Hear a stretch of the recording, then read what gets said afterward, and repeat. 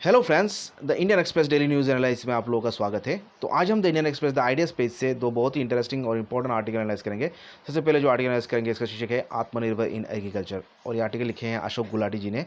और ये कहता है कि भारत जो कृषि विभाग में किस तरह आत्मनिर्भर बन सकता है, तो उसी पे कुछ चर्चा है। और दूसरा जो आर्टिकल एनालाइज करेंगे ये है ए lesson from Mao A courtesy my father. ये आर्टिकल जो माओ जेडोंग की जो पॉलिसीज़ है उससे जो हालांकि जो चाइना के प्रेसिडेंट है जी जिनपिंग, वो किस तरह प्रभावित है, उसी पे ये आर्टिकल है। और उनकी चाइनीज़ जो डिप्लोमेसी है वो किस तरह जो माओ जेडोंग और डेंग जियाओपिंग की पॉलिसी से नीति से प्रभावित है, उसी पे ये चर्चा है। तो ये दोनों आर्टिकल्स का हम लोग एनालाइज करेंगे। तो सबसे पहले जो आर्टिकल है वो एनालाइज करते हैं, आत्मनिर्भर इन एग्रीकल्चर। देखिए दोस्तों, यहाँ पर राइटर आत्मनिर्भरता के प्रति कुछ सवाल करते हैं कि जो आत्मनिर्भर भारत है की जो मुहिम भारत सरकार ने की है, वो क्या मीन करता है वास्तव में। क्या ये मीन करता है कि सेल्फ रिलायंस, हम अपने आप पे डिपेंड हो, या सेल्फ सफिशिएंसी, मतलब हम अपने आप ही सभी प्रोडक्ट्स में हम हमारा पर्याप्त भंडार हो जिससे कि हम सेल्फ सफिशिएंट बन जाए।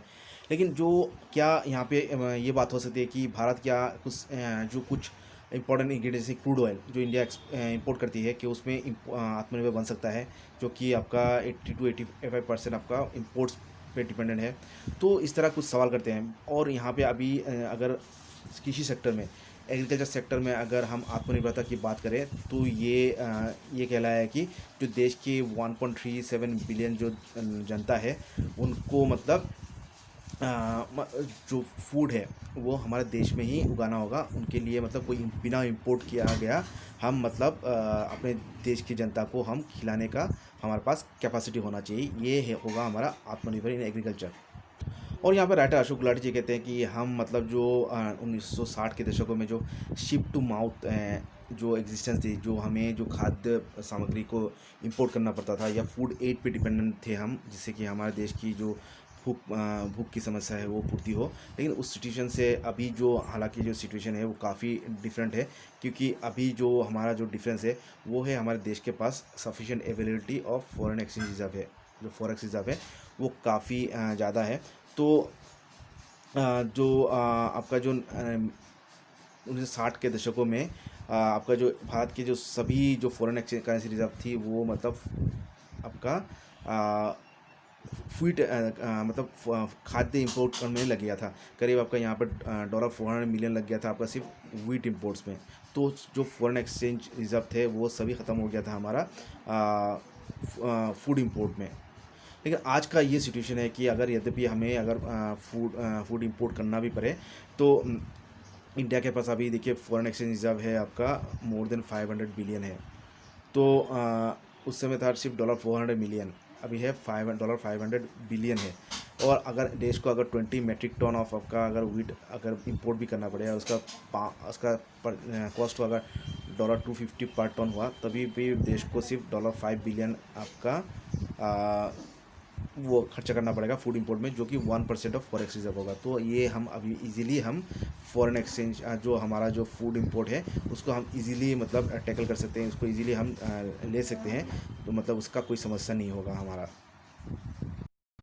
और यहाँ पर राइटर ये कहते हैं जो पिछले 3 दशकों से जो 1960s के बाद जो अभी जो देश आत्मनिर्भर बना है फूड सेक्टर में, ये हुआ है हमारा जो एक्सचेंज रेट की करेक्शन से, और जो ग्रेजुअल जो इंटीग्रेशन हुई इंडिया की जो वर्ल्ड इकोनॉमी के साथ, उसके फलस्वरूप भारत की इकोनॉमी स्ट्रांग हुई है, और हम मतलब हमारा जो फॉरेन एक्सचेंज रिजर्व है वो बढ़ गई है।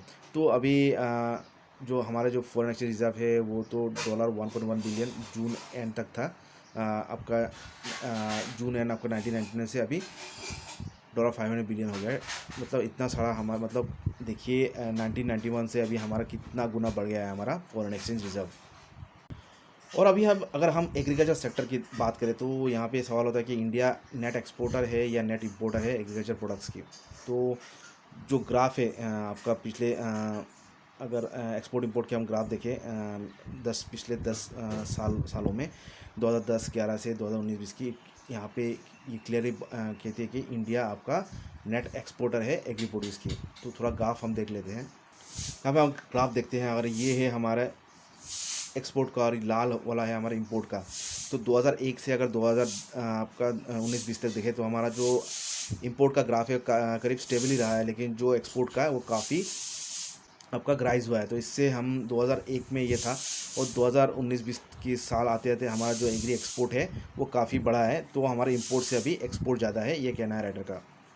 और जो यहाँ पे ये जो पॉसिबल हुई है, जो इंडिया की जो एग्रीकल्चर एक्सपोर्ट्स वो इंपोर्ट्स से ज़्यादा बड़ी है, ये हुई थी जो 1990 के दशक में जो 1991 से जो इकोनॉमिक रिफॉर्म्स जो एग्रीकल्चर सेक्टर में जो हुई थी उससे ये संभव हुई थी। और जो गोल्डन ईयर थी जो एग्री ट्रेड की वो था 2013-14 को।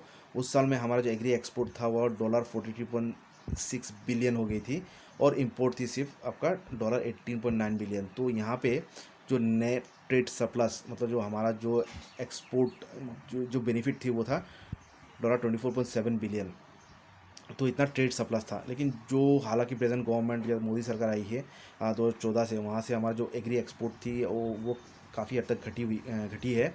और जो 2019-20 का हमारा आंकड़ा ले तो हमारा एग्री एक्सपोर्ट्स था $36 बिलियन, और आपका जो सिर्फ एग्रीटेड सरप्लस था वो सिर्फ आपका 11.2 बिलियन था। तो मतलब इससे जो हाल प्रेजेंट गवर्नमेंट है उससे हमारा जो आपका ट्रेड सरप्लस आपका $24.7 बिलियन आपका जो 2013-14 की जो यूपीए गवर्नमेंट थी उससे हमारा जो प्रेजेंट गवर्नमेंट है उसमें बहुत घट गई है, और अभी सिर्फ आपका ट्रेड सप्लाईज है एग्रीकल्चर सेक्टर में $11.2 बिलियन ही रह गया ये। तो काफ़ी मतलब एग्रीकल्चर सेक्टर में इतना अच्छा मतलब ये नहीं हुआ, इम्प्रूवमेंट नहीं हुआ है कुछ सालों से।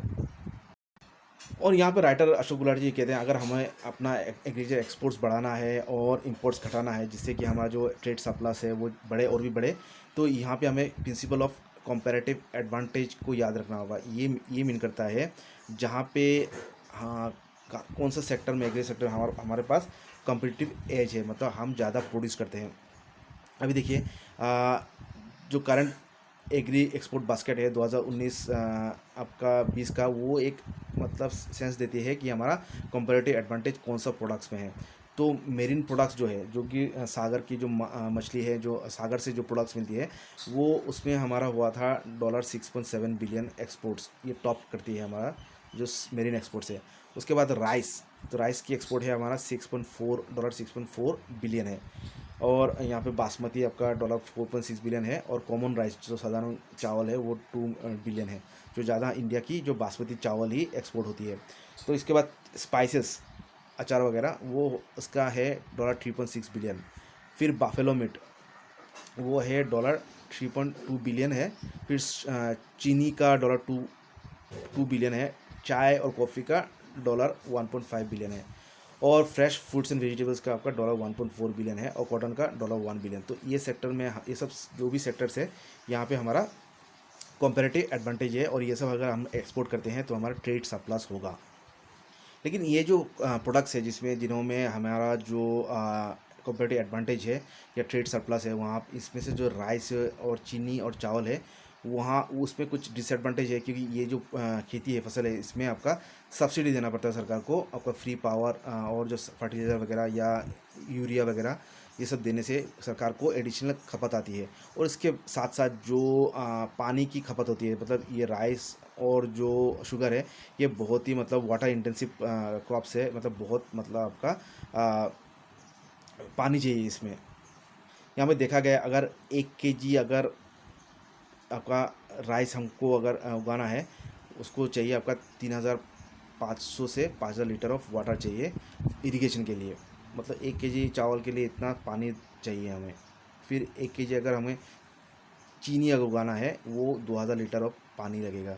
तो ये दो जो आपका क्रॉप्स है ये हमारे जो ग्राउंड वाटर रिजर्व्स है जैसे कि पंजाब और हरियाणा में मतलब और जो महाराष्ट्र में मतलब ग्राउंड वाटर रिजर्व की डिप्लीशन कर रही है, क्योंकि इनको उगाने के लिए बहुत इरिगेशन की ज़रूरत है और इससे faster depletion of ground water हो रही है। तो ये उतना मतलब मेरा ट्रेड में उतना बेनिफिट नहीं है, क्योंकि उनकी प्रोडक्शन कॉस्ट भी काफ़ी ज़्यादा आ रही है ये राइस और शुगर की।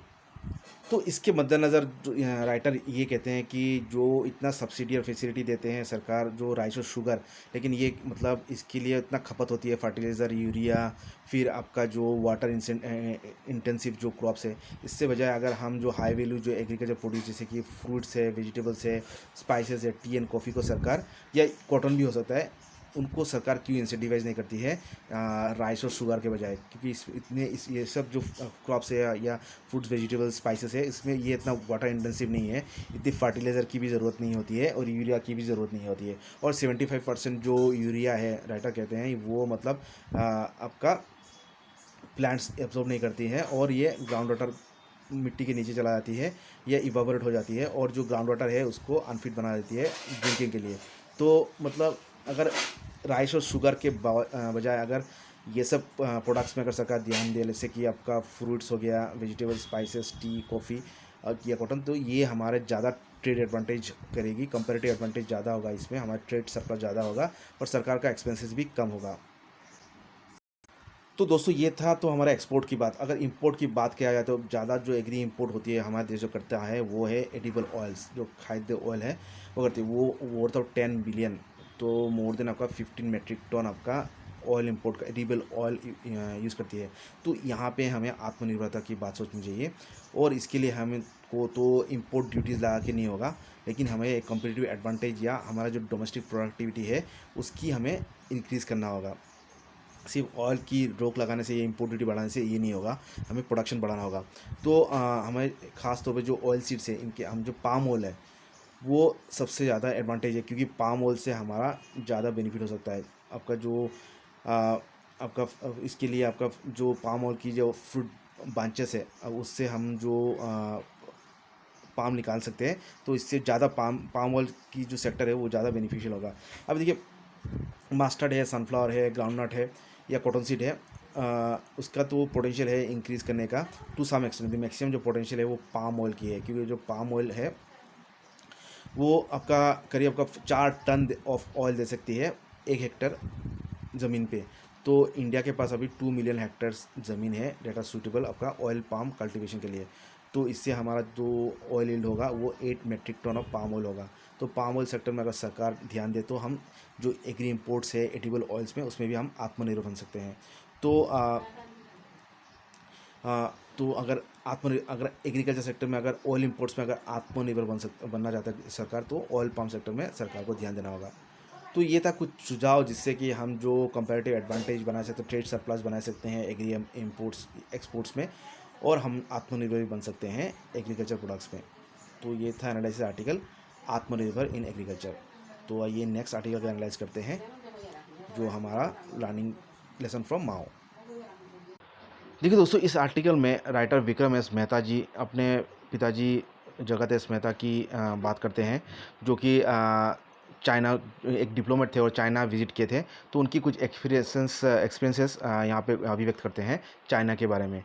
तो जानते हैं उन्होंने क्या कहा है यहाँ पे। तो दोस्तों यहाँ पे राइटर कहते हैं जो उनके पिताजी जगत मेहता जी थे, वो रिगार्ड करते थे जो माओ जेडोंग की जो पॉलिसी थी वो एक डिसरप्टिव फोर्स, एक मतलब विवाद या एक मतलब विश्व में एक मतलब डिस्टर्बेंस लाने वाला एक फोर्स था। माओ जेडोंग की जो पॉलिसी था वो ये भी मानते थे कि जो माओ जेडोंग है वो मतलब जो विश्व में आपका जो आइडियोलॉजिकल जो पोलैरिटीज़ है, जो वैचारिक जो डिफरेंसेस है उसको और भी बढ़ाना चाहते हैं। और आपका जो शीत युद्ध की जो वैचारिक जो विषमता था विश्व डेवलपिंग कंट्रीज़ में, उसको और भी बढ़ोतरी देने वाले लोग थे माओ जेडोंग की पॉलिसी।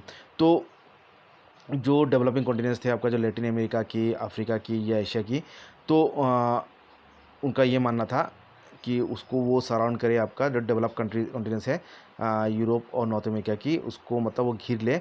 मतलब उसको मतलब वो चाहते थे कि जो डेवलपिंग कॉन्टिनेंट्स जो कंट्रीज़ है लैटिन अमेरिका की, अफ्रीका की या एशिया की, वो मतलब डोमिनेंस करे, या जो डेवलप्ड कॉन्टिनेंट जैसे यूरोप और नॉर्थ अमेरिका जो देश है उन पे मतलब डोमिनेंस करे या उनको प्रेशर डाले।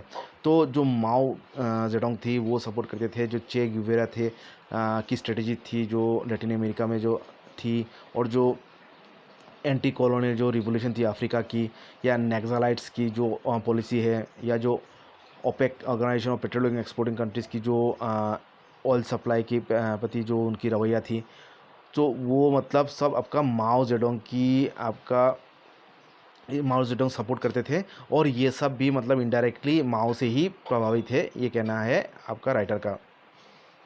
और यहाँ पर राइटर कहते हैं कि उनके जो पिताजी थे जगत मेहता जी, वो विश्वास करते कि जी माओ की पॉलिसी से बजाय जो डेंग जियाओपिंग की जो चाइना की पॉलिसी थी वो काफ़ी बेहतर थी। और क्योंकि जो डेंग जियाओपिंग थे वो मतलब जो पोस्ट वर्ल्ड वॉर 2 की जो मल्टीलेटरल सिस्टम थी उस पर वो विश्वास करते थे, और ये भी मानते हैं कि जो साइनो इंडिया चाइना इंडिया की जो बॉर्डर डिस्प्यूट है वो अगर वो रिजॉल्व हो सकती थी अगर जो डेंग जियाओपिंग की एरा में अगर भारत चाहती थी तो वो सॉल्व हो सकती थी। लेकिन भारत ने जो उस समय की जो परिस्थिति थी और जो हमारे जो डोमेस्टिक पॉलिटिक्स थी उसके मद्देनज़र ये नहीं किया था, ये कहना है राइटर का। और यहाँ पे राइटर ये कहते हैं कि उनकी पिताजी का ये भी मानना था कि जो प्रेसिडेंट जी जिनपिंग की जो एग्रेसिव रवैया है, जो कि उनकी बेल्ट एंड रोड पॉलिसी है, या जो उनकी जो एग्रेसिव जो एक्सपांशनिस्ट जो नीति है, वो मतलब आपका माओ जेडोंग की नीति से ही प्रभावित है। तो क्योंकि माओ जो थे वो बिलीव करते थे कि वर्ल्ड को मतलब दो भाग में डिवाइड करना चाहिए, जिसके पास है और जिनके पास नहीं है, मतलब हैव्स और हैव नॉट्स, मतलब अमीर और गरीब के बीच में दो मतलब वर्ल्ड को मतलब डिवाइड करना या कंपेयर करना। तो और जो ये जो जिनपिंग की जो पॉलिसी है, जो हेवी हैंडेड पॉलिसीज़ है, जो साउथ चाइना की जो स्टेटस को, जो हांगकांग ताइवान की और जो भारत की जो एलएसी को की स्टेटस को की मतलब परिपंथी है, तो ये हेवी हैंडेड जो मूव्स है ये मतलब आपका माओ जेडोंग की पॉलिसी का फलस्वरूप है, ये कहना है राइटर का।